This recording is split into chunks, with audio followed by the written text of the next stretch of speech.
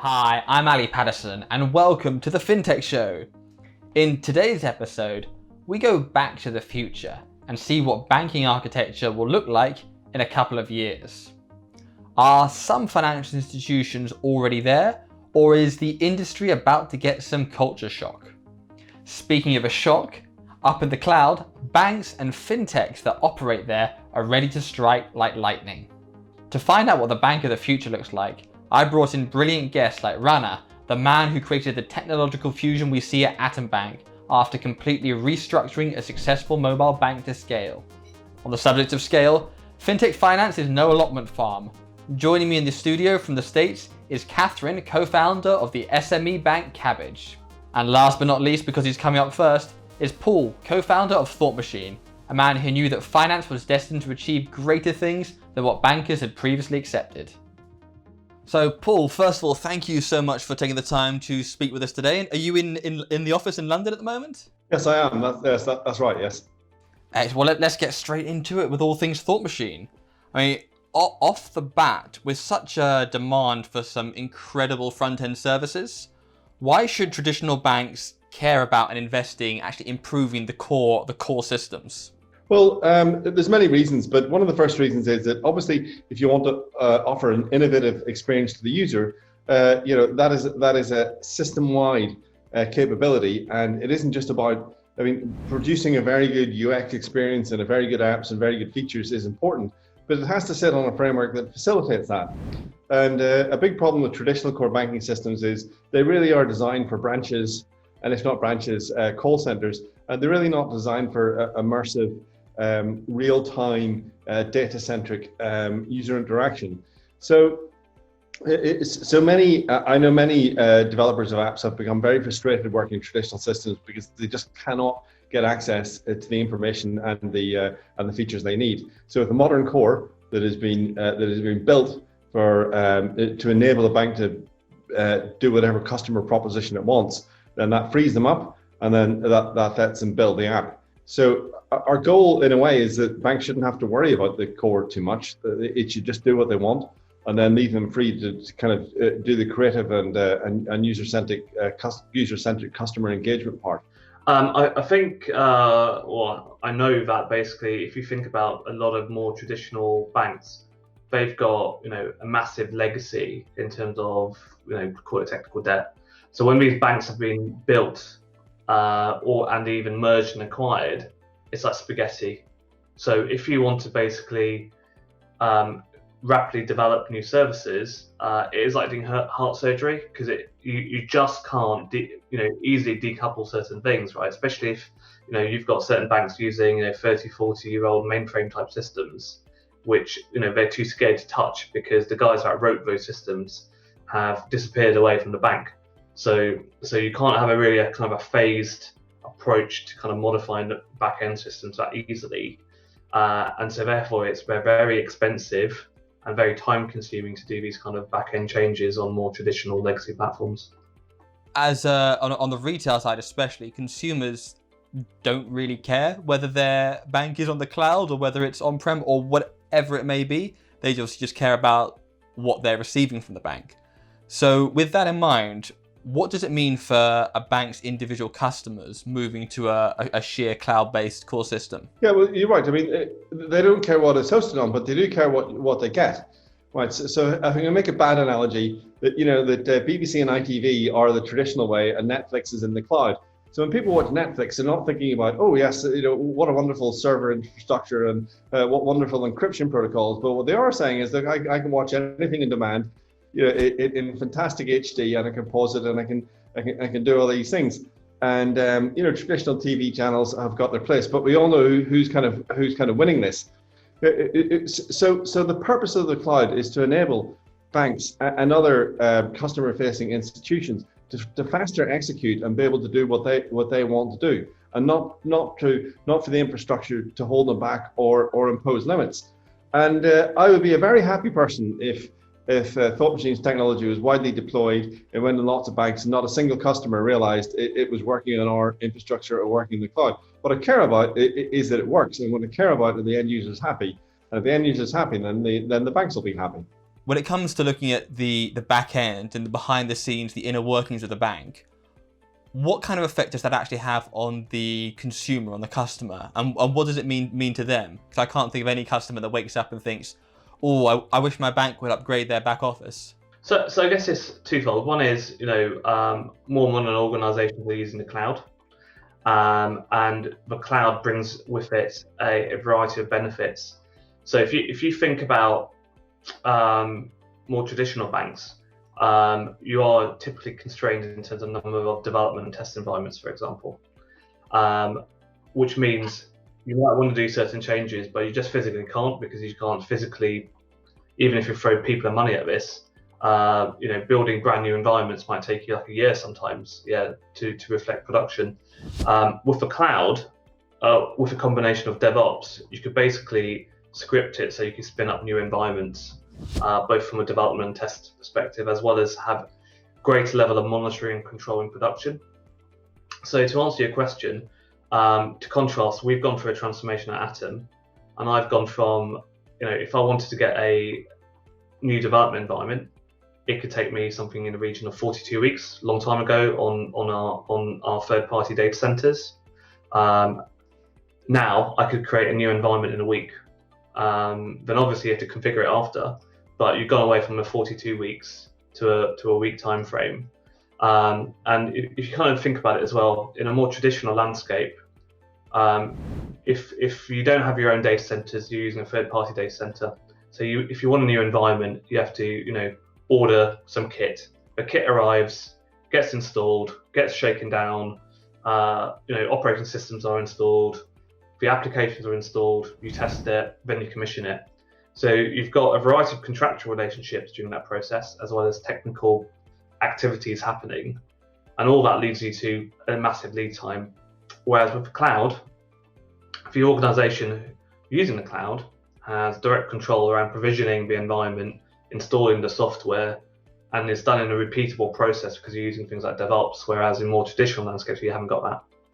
So therefore, effectively, customers can see a more paceful volume of change coming through, aligned to their expectations. And separately with cloud, you can't really buy the level of security of the likes of Google basically pump into their infrastructure. You just can't, as a small organization. So you benefit greatly from the investments made by the likes of Google, as well as, if you're running on the cloud, Google has prioritized traffic over ISPs, so things just naturally start feeling faster, so the experience gets better as well. So whilst, going back to your question, the customer won't be asking for, I want your systems to be on the cloud, but they'll be expecting the benefits of, call it a modern estate.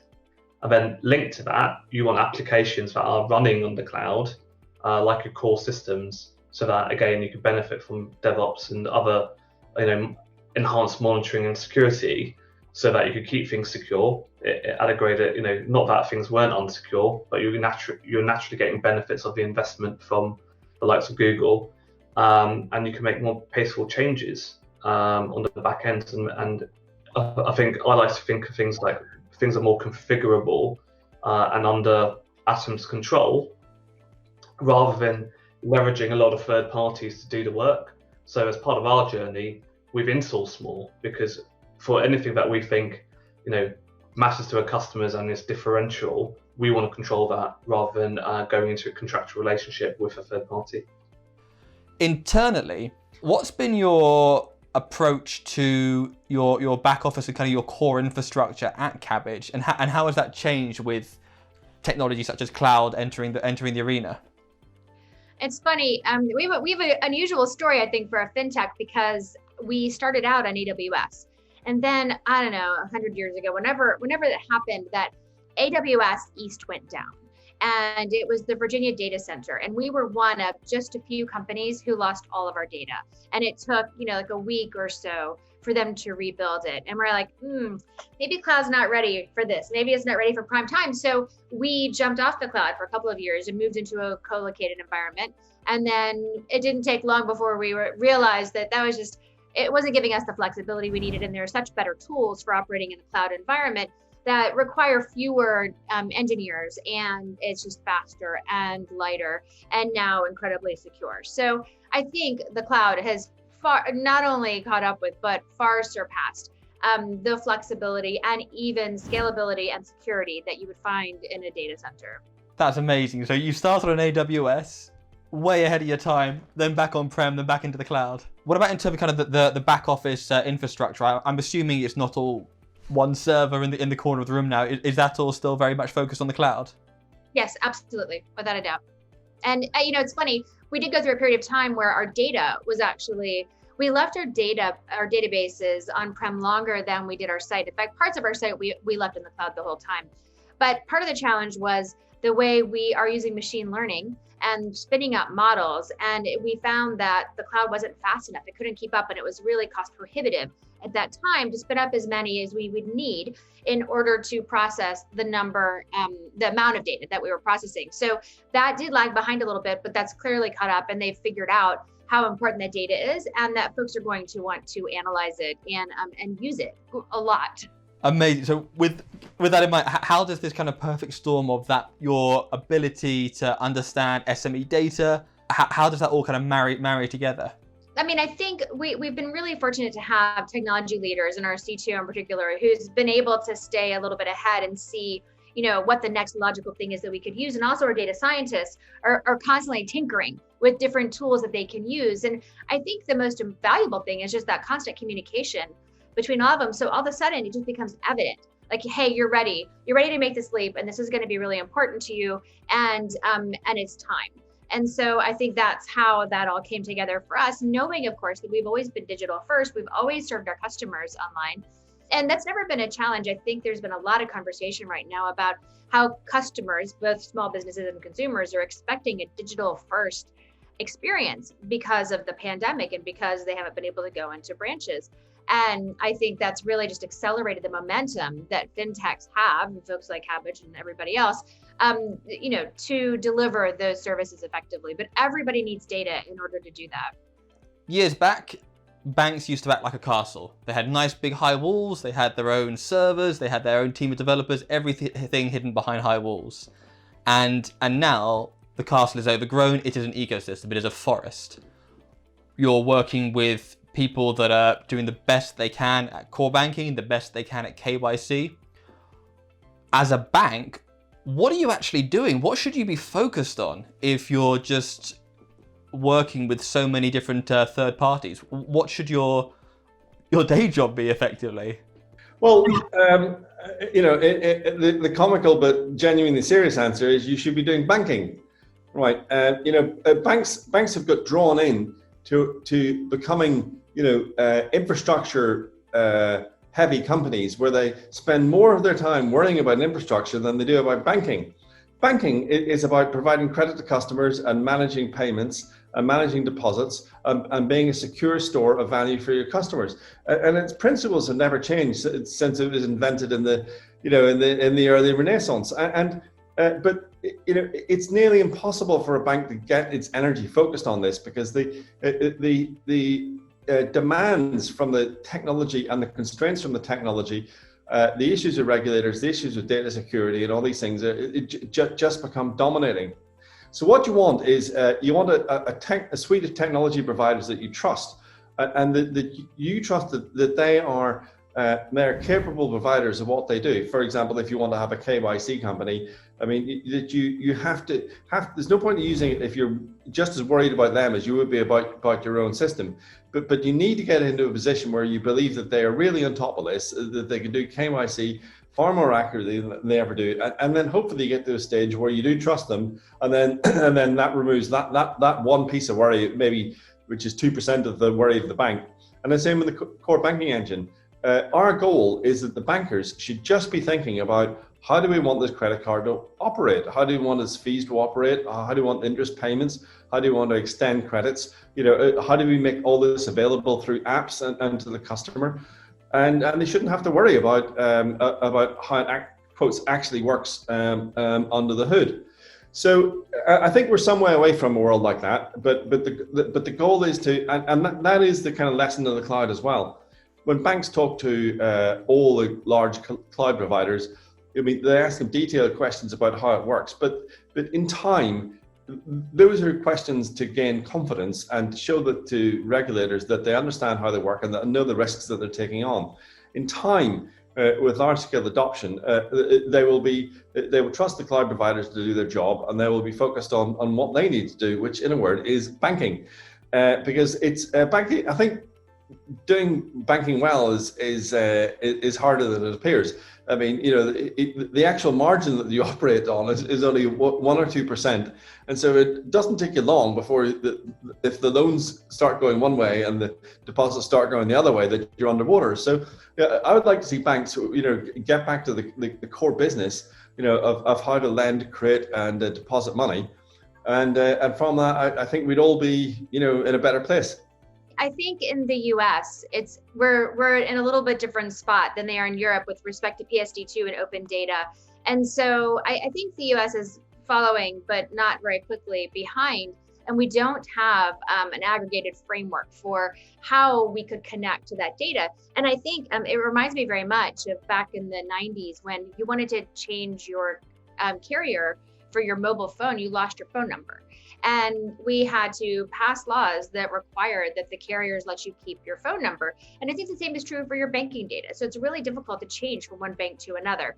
And the reason is because you don't want to forget what your automated payments are. And it's quite a hassle to do. As anybody who's ever changed bank accounts knows, I haven't changed mine for 10 years, 12 years. And I probably should, but it's unlikely that I will change it anytime soon because it's a hassle. And so I think democratizing access to this data to give customers the power of choice is really, really important. And I think that's the real value of these walls coming down. In the US, we're still balancing this idea of the banks should perhaps allow third-party aggregators to come to them directly and then connect however it is they choose to let them connect and have a bunch of contracts. And I think that's really difficult for fintechs because fintechs really need a single source where they can go to get the data. And that single source needs to be really reliable. And we've seen those play out with aggregators like Yodlee and with Plaid that are very good stewards of the data and of the process. I think it just creates a lot of risk when you demand that everybody connects to a specific bank. And on top of that, it makes it cost prohibitive for fintechs who are new to start up, which means that really interesting and valuable products are never brought to the light of day. Consumers never get to use them because it's too hard to do it. What's some of the approach that some of these new challenger banks that are utilizing cloud-based platforms such as yourselves, what's the approach that they should take in terms of scale and what are the limitations? Well, I think it's two aspects to that. There's the technology scaling and then the market and customer scaling. So it's not for me to say how they go from 100,000 to 1 million, from 1 million to 10 million, and 1 million to 100 million. So you can leave that to them. I think they're all very clever at doing it. Let me just say, but it's a world that's not my world. I think a key benefit of the cloud is what we call horizontal scalability. As in, it should be able to deal with any level of traffic with basically zero interference or worry from the bank. And going back to Netflix, it's a key reason why it works is that in the traditional architecture, you'd be completely freaking out as to how to balance all the streaming technology every day. And as everybody knows, the streaming demand doubled as everybody went into lockdown, and a traditional architecture wouldn't want to do that. So in the cloud, we believe in horizontal scalability, and that means the system can effortlessly scale on traffic. And Thought Machine system clearly does that and has been designed to do that, and has been designed, to get to hundreds of millions of customers without architectural constraints being imposed. We want to leverage the call it the banking machine that we've built to build more products and more services. I think it's fair to say we don't have a dire need for quantum computing right now in the bank.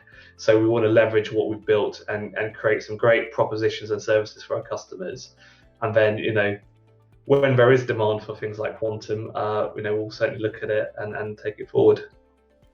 Fantastic, excellent. And I have to admit, it's very refreshing seeing, and I still describe you guys as a challenger bank, seeing a challenger bank on the market, delivering things like mortgages, which typically have only been the realms of the incumbent high street banks? Yeah, I think, you know, I joined Atom a year after it launched to the public, and one of my takeaways was basically, you know, looking at the people that were already at Atom, they really understand banking and they really want to drive value for customers. And the mortgage area was one area where basically, you know, depending on how you want to engage with a bank, there is a niche, right? And you know, the model we have, we can go from an application being submitted to an offer in something like 14 seconds in a good day, which you couldn't do in a traditional bank. Got to talk about the future. So the way that you guys being cloud native means that you're not going to have to be ripping stuff out and putting new stuff in as you go along. But where do you see the future of the way that your customers are using your technology? Well, we think that the cloud is a certainty for being the target platform for nearly every enterprise, you know, in a 5-year time frame. So we're confident of that happening, and we also believe that it's probably got a 15 to 20 year life cycle, and so we're happy that we can build cloud native technology, and we're not looking over our shoulder for something radically different coming down the line in 2 to 3 years time. The goal is so we know the cloud can handle the volume and traffic because the large companies, and I keep on talking about Netflix, but the level of packets sent by Netflix dwarfs every bank in the world, okay? Right, so we know the cloud and the internet infrastructure can handle it. It's just a question of getting the complexity of the bank and putting it in there, properly. I think the world has very few questions about whether digital challenger banks can be launched successfully and safely. And we've seen many ones, and here in the UK, we've seen many ones with more than 1 million customers. So I think everybody's confident about that. So it can be done. It can be done at scale in extra industries, and it's now time to kind of get quotes the big banks onto this at scale. And I don't think it's going to be particularly quick, but the number of conversations we're having with large, you know, tier 1 banks is really quite considerable, and they're all versions of a, you know, within a 5-year time frame, we want to be in the cloud and we want to be free of the legacy. We want to be able to operate faster and operate without this, you know, enormous cost. Well, that's all we've got time for on today's episode of the Fintech Show. I hope you've enjoyed hearing how banks and fintechs have and will be changing the back offices right under your nose. I, for one, am super excited to see where banking infrastructure can take finance in the future. So to all our guests and viewers, thank you and goodbye.